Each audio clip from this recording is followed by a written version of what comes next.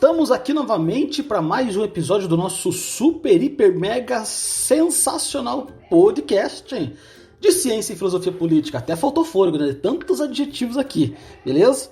Ora, nesse nosso podcast nós vamos trabalhar com o tema da justiça e política em Platão.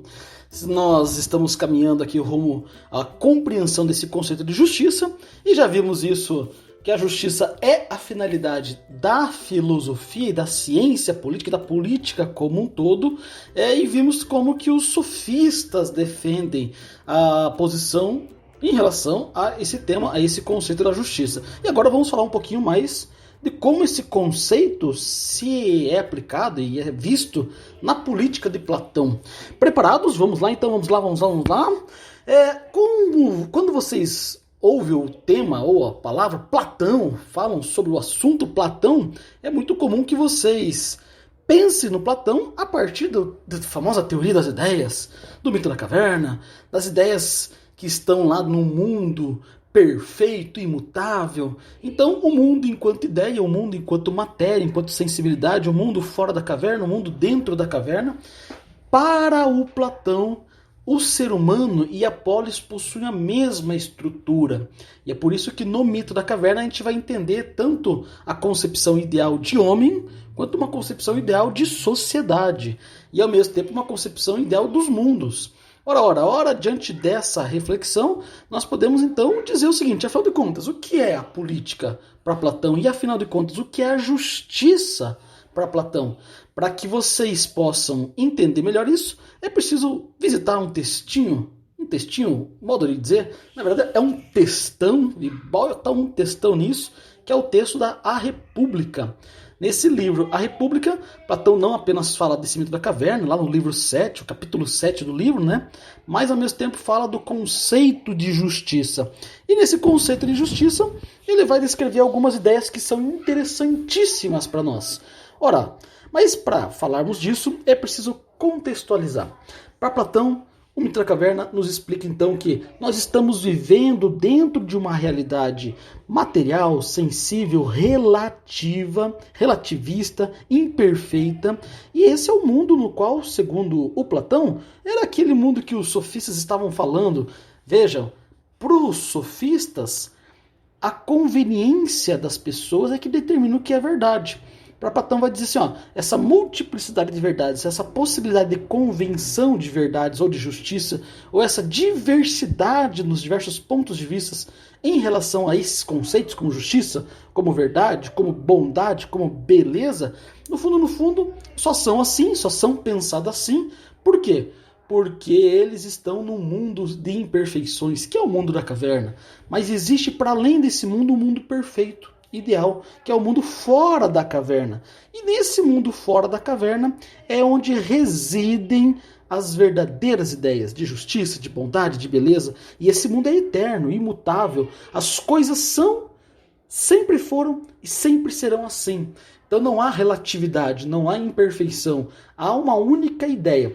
A problemática do Platão é, então, como é que a gente faz para entender, para acessar essa ideia perfeita das coisas?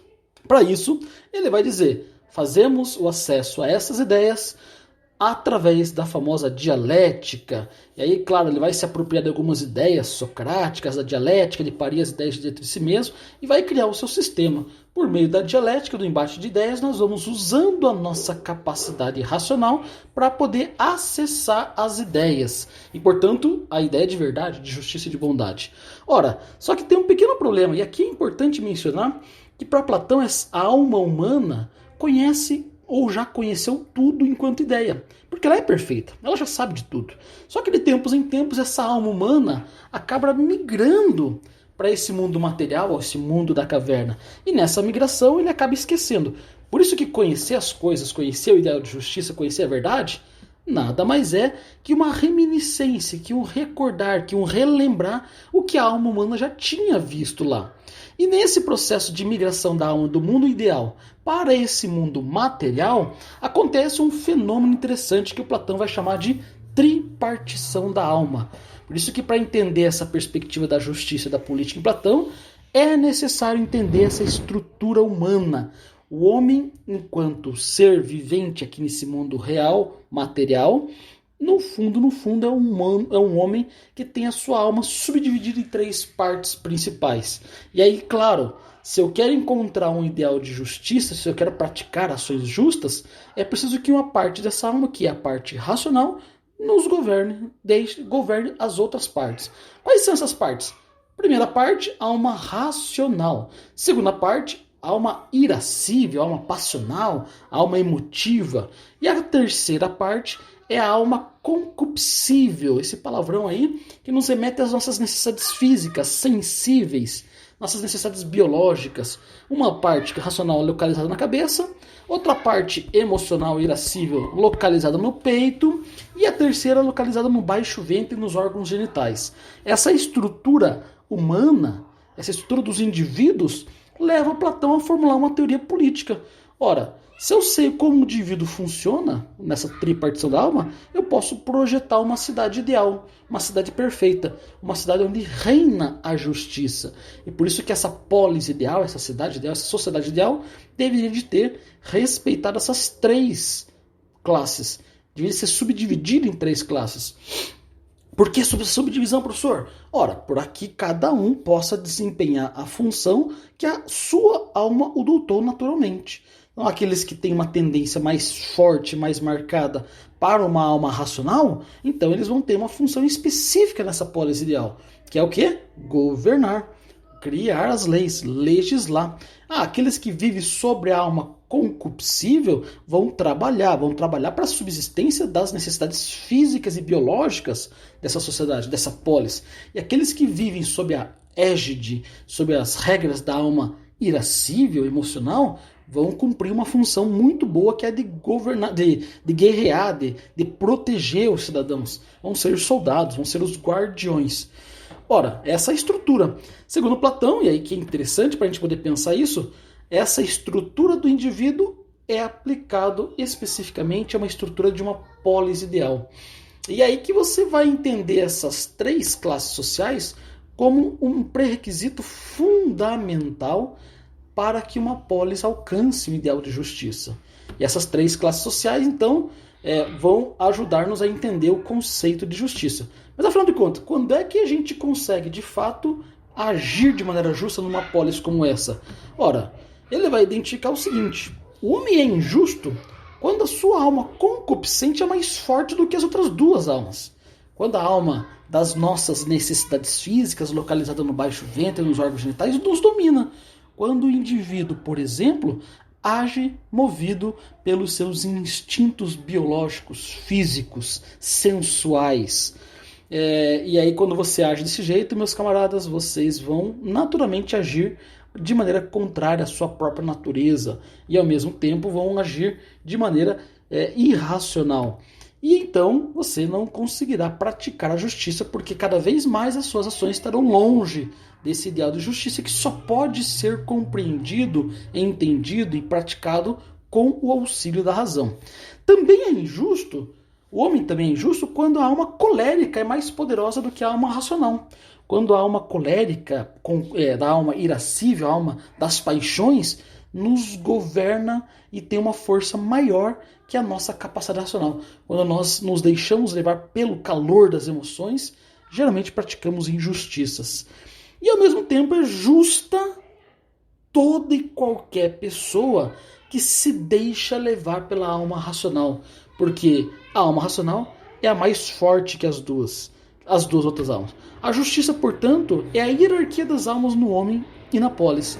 Por isso que uma sociedade justa só será considerada como tal quando, dentro dessa estrutura, dessa organização de sociedade, dividida dessa maneira em três classes sociais, se deixa levar pelas almas racionais, por aquelas almas que então são dominadas pela razão, pela racionalidade. Beleza? Isso é importante para a gente poder pensar, então, uma concepção de justiça e também uma forma de organização social e política em Platão, no Platão. Agora, a pergunta que pode vir aqui a nos ajudar aqui é a seguinte: mas afinal de contas, como é que a gente alcança essa organização E como é que eu posso, dentro dessa organização, garantir a justiça? Daí que vem a sacada do Platão. Platão é um dos caras que vão estar muito à frente do seu tempo, e ele é um cara que na proposta política dele, da filosofia política, da ciência política, não fará distinção em relação a gêneros. Homens e mulheres terão as mesmas condições. Até porque ele vai identificar que é na educação que nós vamos encontrar de fato a possibilidade de alcançar esse ideal de justiça. Então é na educação, na atividade pedagógica, que nós vamos conseguir separar as pessoas nessas classes. É na educação que nós vamos conseguir ver quem é que de fato está tendo uma predominância natural pela alma concupiscível, pela alma irascível, pela alma racional. E vamos propor um programa formativo para cada um. Então, se aquela pessoa, se aquela criança se identificou que ela é muito mais passional, né? Aquela criança que você esbarrou nela, está metendo a mão na cara, brigando, chutando. Então, ela age inteiramente por impulsos das emoções.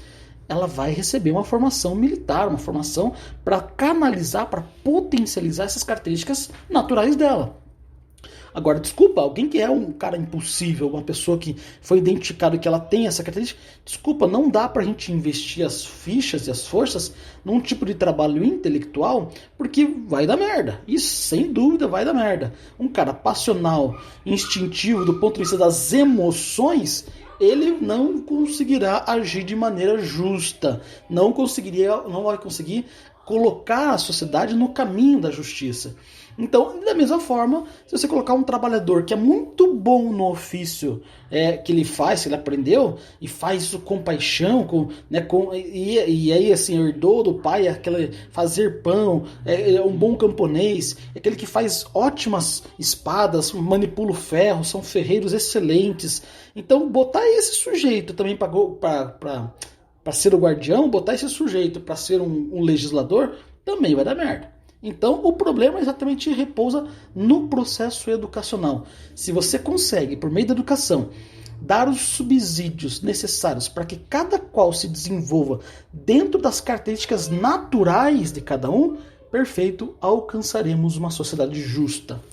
Enfim, essas são algumas ideias muito básicas para poder pensar o tema da justiça e também o tema da ciência política em Platão, as formas de organização social e política em Platão, e deixo como indicação aí para leitura e aprofundar, não só o meu livro aí da filosofia antiga, onde eu faço uma explicação, do livro Introdução à Filosofia Antiga, da editora Intersaberes, que eu faço uma explicação específica aí da filosofia política de Platão, mas também a obra do próprio Platão, que é a obra A República.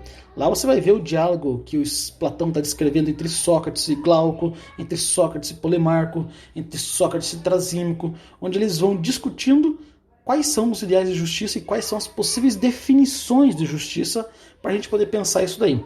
Beleza? Claro que a sabedoria socrática nas obras de Platão, ela vai sempre quebrar as pernas dos seus interlocutores e vai tentar mostrar a força do argumento e da ideia socrática para dizer que todas as outras posicionamentos são insuficientes para poder fazer frente a esse poder de racionalidade do Sócrates. Beleza, pessoal? Tranquilo? Espero que tenham gostado dessa breve explicação e fico aqui à disposição de vocês para eventuais dúvidas. Manda sua mensagem, curta aí nosso podcast e compartilhe com os coleguinhas aí. Valeu, abraços e até a próxima. Daqui a pouco tem Aristóteles. Abraço. Tchau, tchau.